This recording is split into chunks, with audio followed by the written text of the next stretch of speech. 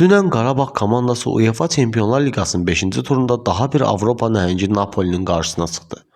Bundan əvvəlki oyunlarda qazanılan xallar, İngiltərə klubu Chelsea ilə başa-baş mübarizə, Benfica səfərindən və Kopenhagenlə evdə əldə olunan 6 xal Azərbaycan azarkeşinin deyim yerində isə iştahasını qabartmışdı. Xüsusilə də Chelsea ilə oyunda Qarabağın sərgilədiyi möhtəşəm futbola şahidlik edən azarkeş artıq Qarabağdan bundan da artığını istəyirdi. İtaliyadan xal və xallarla qayıtmaq. Ancaq sən saydığını say, gör fələk nə sayır.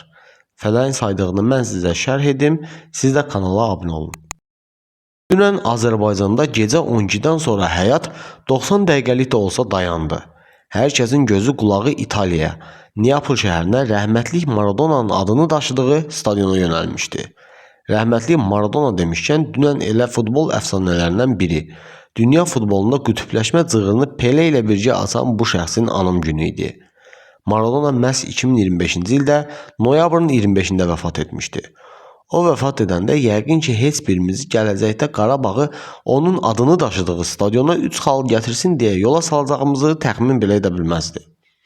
Xülasə, oyundan əvvəl Conte də bu nüansa diqqət ayırmış, komanda qalib gəlsə qalibiyyətin Maradona'ya həsr edəcəklərini bildirmişdi. Və elə də oldu. Conte və futbolçuları qarşılarına qoyduqları işin öhdəsindən layiqincə gəldilər. McTominay'in hamıdan hündür olduğu ilk golun şokundan təzə ayılmışdıq ki, Yankovic'in qapıların yerini səhv salması hesabı 2-0 etdi. Və beləcə İtaliyadan da əliboş döndük. Olsun, ölüm itim deyil.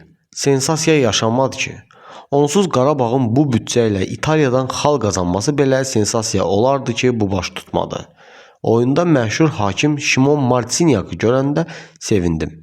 Dedim məşhur hakimdir, düzgün qərar verər, baskı altında qalmaz, amma qaldı. Oyunun 56-cı dəqiqəsində Di Lorenzo'nun özünün qaydanı pozduğu bir halda Polyak hakim məlum orqanından bir qərar çıxararaq penalti təyin etdi. Yaxşı ki, o Polyakın səhvini bizim Polyak yuya bildi. Ümumiyyətlə dünən bir nəfərin əziyyətinə həqiqətən heyfim gəldi. Mateusz Kochalski. İtalyanlar vurduqca qaytaran, qaytardıqca qapısında divləşən Kochalskini İtalyanlar yox, elə özümüzkilər yıxdı. İlk qolda Bəhlulun, ikinci qolda da Yankovic'in tərs toxunuşları Mateusz'un əlini qolunu bağladı. Ağlıma 14 il Əmir Teymurun hücumlarına dözüb, bir gündə xəyanətlə düşən Əlincə qalası gəldi. Təbii ki, bu məğlubiyyəti Bəhlul və Yankovic'in ayağına yazmayacağam. Belə olmalı idi, oldu da. Artıq irəliyə baxmaq lazımdır. 7 xalımız var və təxmini hesablamalarıma görə 3 xalda alsaq, rahat ilk 24-lüyə düşərik. Buna görə qarşıdakı Ajax, Eintracht və Liverpool oyunlardan ən azı birində qalib gəlmək lazımdır. Real danışsaq 5 oyuna 0 xal toplayan Ajax'la oyunda 3 xal qazanmağımız daha inandırıcı səslənir.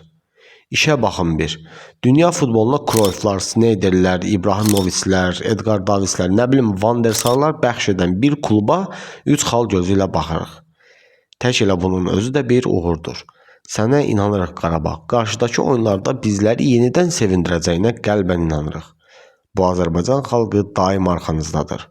Uğurlar Qarabağımıza.